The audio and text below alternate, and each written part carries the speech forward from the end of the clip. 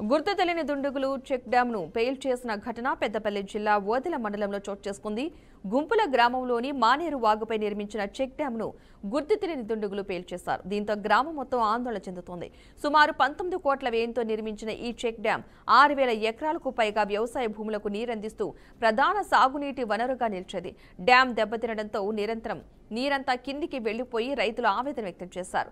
ఈ check dam ఉండటం వల్ల వేల ఎకరాలకు సాగునీరు లభించేదని గ్రామస్తులు వాపోయారు. ఇసుక మాఫియా రెచ్చిపోయి రాత్రికి రాత్రే పేల్చివేసిందని ఆరోపణలు చేస్తున్నారు. ఆసిగా పేరుగాంచి ఇక్కడ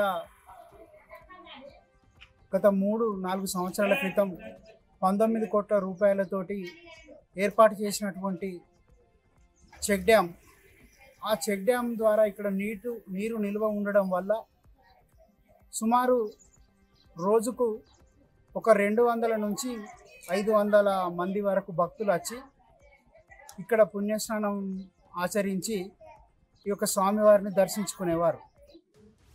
అలాగే